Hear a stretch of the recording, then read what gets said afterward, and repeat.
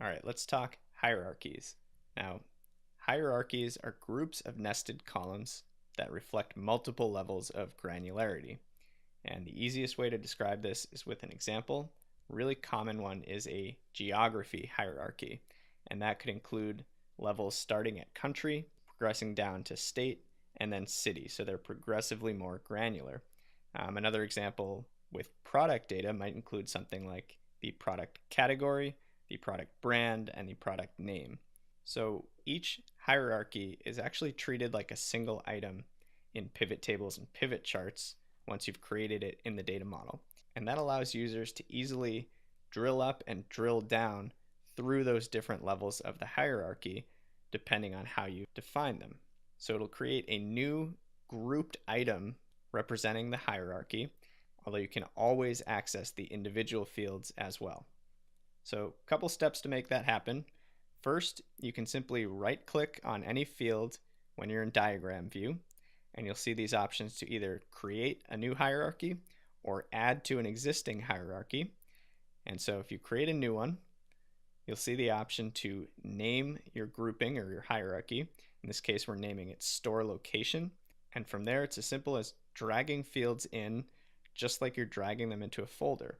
So the order that you drag fields in determines the different levels of granularity.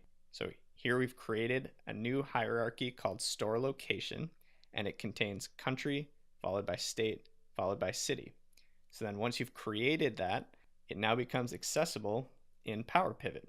And we'll see examples of this in the next section. So we've got a store location item, and when you check that box, all of the fields within the hierarchy get pulled along with it. So you can drill down from country to state to city and then back up accordingly. So let's open up our data model and build our own example of this.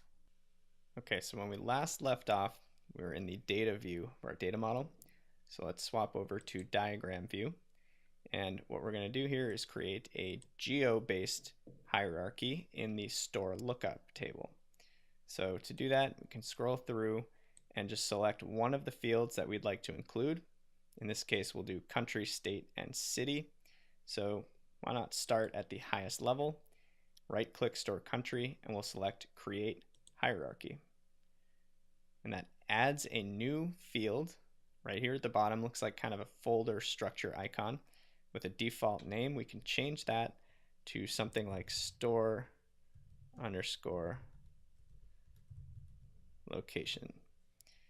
And there we go. So now within that, I've already got the store country field that I selected.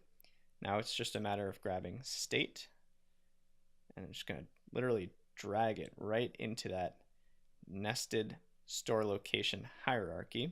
And one thing to call out is that I don't remove it from the general field too. It's still accessible as its own individual unit, but now it's also accessible as part of this one grouped hierarchy field. So let's do city last, drag it down, and there you go. So now we've got store location, which equals country, state, city. And we won't really be able to see the impact of what we just did here in the data model, but as soon as we switch gears and head into Power Pivot, coming up next, that's where we can actually play with this field and start to break down and analyze the data at these different levels. So there you have it, quick summary of defining hierarchies in the data model.